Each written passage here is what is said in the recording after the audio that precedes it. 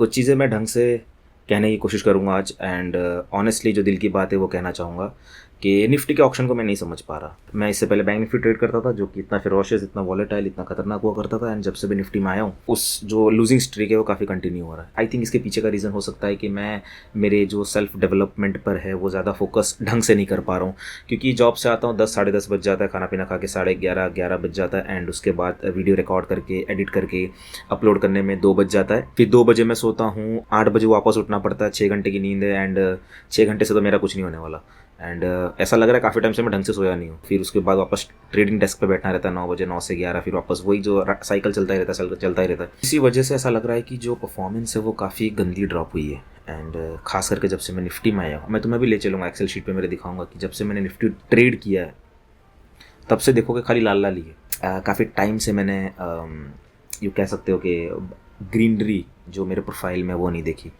And ये दिक्कत bank Nifty में भी नहीं हुई कभी, क्योंकि बैंक निफ्टी इतना वॉलेटाइल होता था, लोगों की चड्डी फट जाती थी ट्रेड करने में। जो ये सेबी कर रही है, रिटेलर्स के लिए सेवा कर रही है कि हम ये कर देंगे वो कर देंगे, तुम्हारा ये हो जाएगा, किसी का कुछ भला नहीं होने वाला। ना तुम्हारी एडवाइजरी रुकने वाली है, ना तुम्हारी वो कह लो हीरो ज़ीरो रुकने वाला है, ना तुम्हारा ये क्या फ्री ट्रेड्स जो है वो रुकने वाले हैं। वो अभी भी आ रहे हैं, वो अभी भी आएंगे और एडवाइजरी अभी भी जो टिप सर्विस वगैरह चला रही है, हीरो ज़ीरो जो खेल रही है अभी भी खेलेगी वो, क्योंकि माइंडसेट को चेंज नहीं कर सकते। तुम बैरियर्स लगा दोगे कि ये रोक देंगे, हम वो रोक देंगे, ठीक है कोई नहीं, इस चेंज को लेके ज़्यादा आर नहीं करते। चेंज कभी ना कभी तो आना ही था, ऐसा समझ लेंगे जल्दी आ गया चेंज, मेरे टाइम पे चेंज आ गया एंड ये चेंज इन फ्यूचर में कभी ना कभी तो आना था। एंड एक और चीज़ है कि मैंने जो कल एक चीज़ एंटिसिपेट की थी, मैंने ट्विटर पे भी डाला था कि ये लेवल है, इस लेवल पर दिखा देता हूँ, मेरे को चालू रखो। सो ये मेरा देखो एक लिखा था मैंने कि एरोज से समझ जाओ कौन से लेवल पर लॉन्ग जाना है एंड कौन से लेवल पर short. This was the image. यहाँ पर आए तो ग्रीन करे लॉन्ग कर लेना, यहाँ पे रेड शॉर्ट, यहाँ पे लॉन्ग, यहाँ पे शॉर्ट। ये रिवर्सल पॉइंट है as per harmonic base patterns, यहाँ पे शॉर्ट कर लेना। सो बाजार ने एग्जैक्टली वैसा ही किया, बट ये देखो आया, सपोर्ट से बाउंस हुआ, यहाँ पे सब रेजिस्टेंस टर्न सपोर्ट, वापस बाउंस लेकर वापस ERC तक गया, पोटेंशियल रिवर्सल जोन तक, फिर वहाँ से पलट गया। बट इसका फ़ायदा क्या, मैं तो इसको ट्रेड ही नहीं कर पाया ना। एनालिसिस करना और ट्रेड ले पाना उस चीज़ पर ज़मीन आसमान का फ़र्क है। एनालिसिस मार्केट के बाद एक 8th पास बच्चा भी कर सकता है, ये यहाँ से ये हो जाएगा, यहाँ से वो हो जाएगा, बट वो वहाँ पर लाइव मार्केट पर ट्रेड लेना एंड तुरंत पोजीशंस चेंज करना, जो व्यू लेके चल रहे हो, जो बायसनेस लेके चल रहे हो, जो तुम्हारा ये सोच है कि ये हो सकता है एंड वो अगर नहीं होता तुम्हें तुरंत अडेप्ट करना पड़ेगा उस सिचुएशन को, वो चीज़ ट्रेडर ही कर सकता है एंड ट्रेडिंग के लिए टाइम देना पड़ेगा। और टाइम की बात करो तो मेरे पास कुछ ज़्यादा ही टाइम है।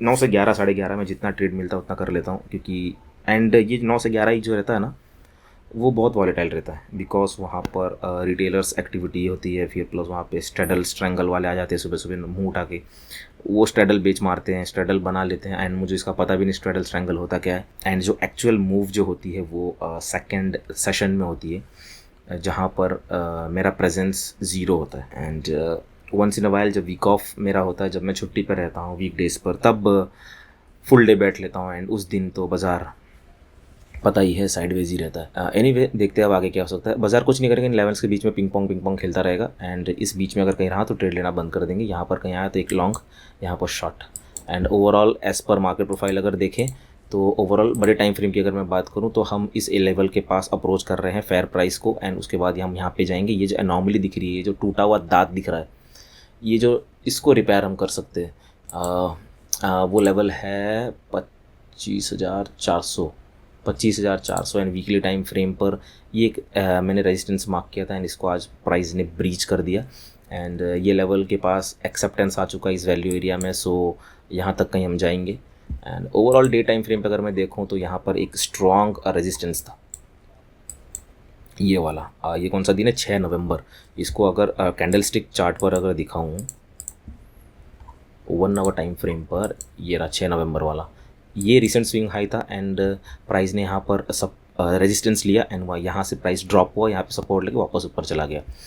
सो ये एरिया काफ़ी इंपॉर्टेंट है। इस एरिया के ऊपर POC बना है, POC in the sense point of control. सबसे ज़्यादा टाइम जहाँ स्पेंड करता है वहाँ POC बनता है, यानी कि POC को हम ये कह सकते हैं कि ये फेयर प्राइस है उस सेशन का, यस कह सकते हैं। अब फेयर प्राइस कैसे पता करें, जहाँ सबसे ज़्यादा प्राइस ट्रेड किया हो, जहाँ सबसे ज़्यादा प्राइस ने टाइम स्पेंड किया हो, उसको फेयर प्राइस कह सकते हैं। सो अगर प्रोफाइल चार्ट पर अगर मैं दिखाऊँ तो इस रेजिस्टेंस के ऊपर जो वो मैं 1 आवर वाला रेजिस्टेंस तुमको दिखाया था, वो इसके ऊपर प्राइस ने पीओसी बिल्डअप की है।